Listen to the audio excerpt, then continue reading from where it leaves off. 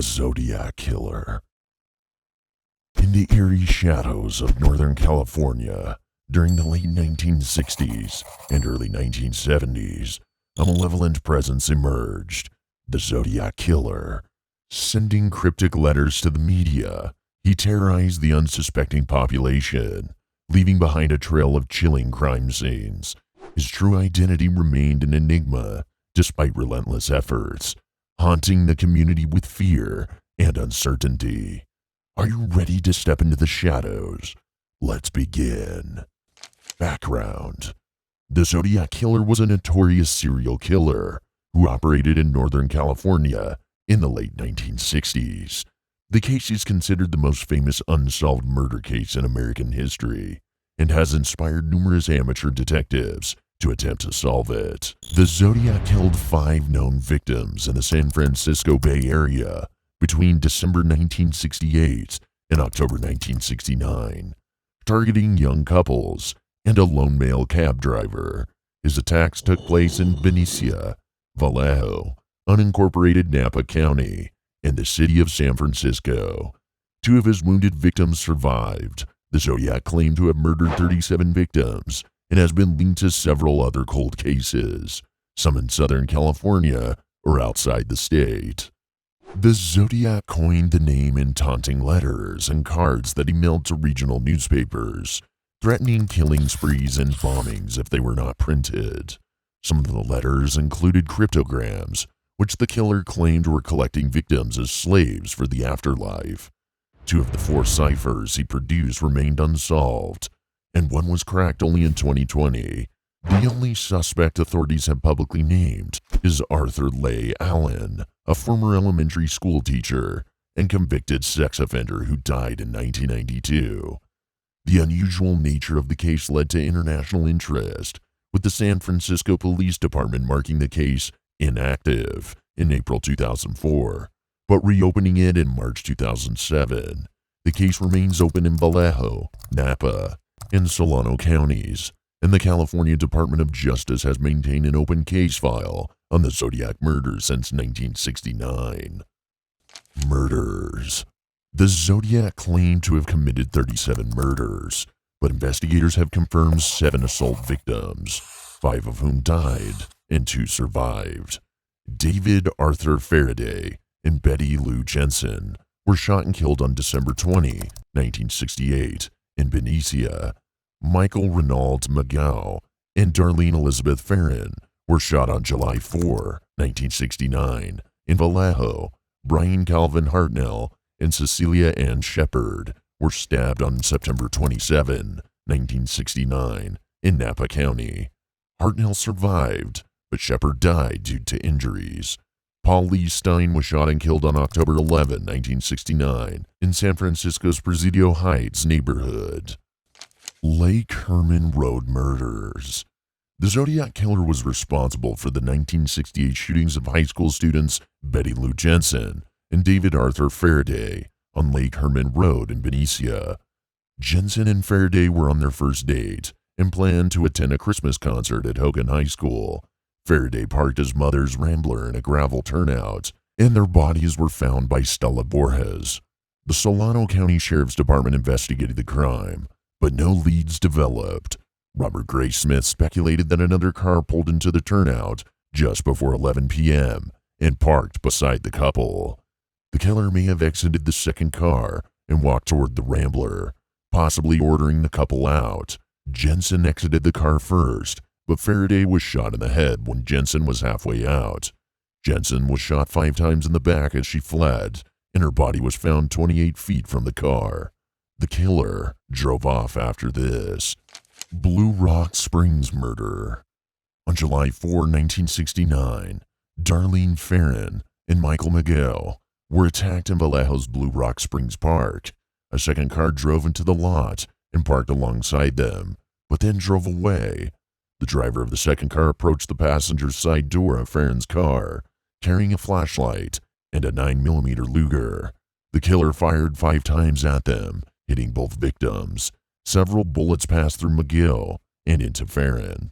The killer walked away but returned and shot each victim twice before driving off.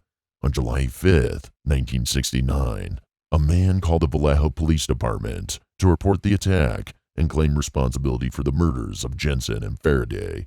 The call was traced to a gas station at Springs Road and Tuolumne. Farron was pronounced dead at the hospital, while McGill survived the attack despite being shot in the face, neck, and chest. Lake Berryessa murder. On September 27, 1969, Brian Hartnell and Cecilia Shepard were picnicking at Lake Berryessa when a white man approached them wearing a black executioner's type hood and bib-like device with a white 3x3-inch cross-circle symbol on his chest. He claimed to be an escaped convict from a jail with a two-word name, where he had killed a guard and subsequently stolen a car.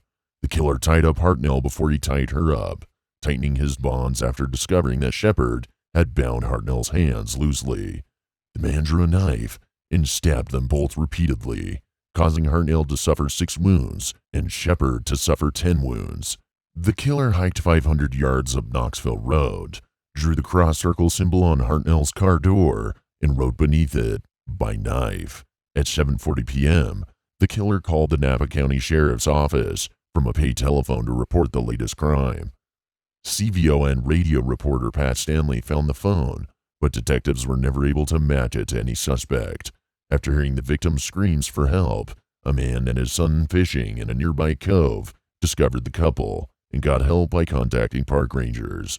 Napa County Sheriff's deputies Dave Collins and Ray Land were the first law enforcement officers to arrive at the crime scene. Shepard lapsed into a coma during transport, never regained consciousness, and died 2 days later. Hartnell survived to recount his tale to the press. Presidio Heights murder.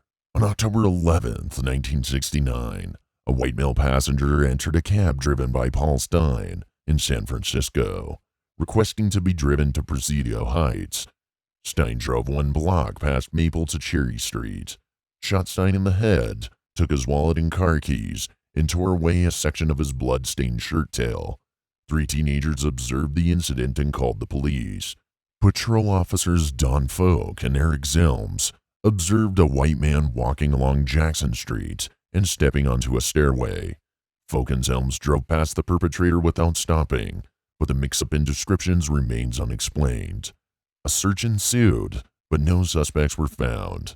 The Stein murder was initially believed to be a routine robbery that escalated into homicidal violence. On October 13th, the San Francisco Chronicle received a new letter from Zodiac that claimed credit for the killing and contained a torn section of Stein's bloody shirt to prove this fact. Detectives Bill Armstrong and Dave Toshi were assigned to the case. Main suspects: Arthur Leigh Allen. Arthur Leigh Allen, who died in 1992, was initially considered a potential suspect in the Zodiac murder case. However, the evidence against Allen was ultimately negative, and his daughter claimed that her father had always thought he had been the killer, but they did not have the evidence to prove it. Allen was interviewed by Detective John Lynch in 1969, and later came to police attention in 1971, when his friend Donald Cheney reported that he had spoken of his desire to kill people and used the name Zodiac.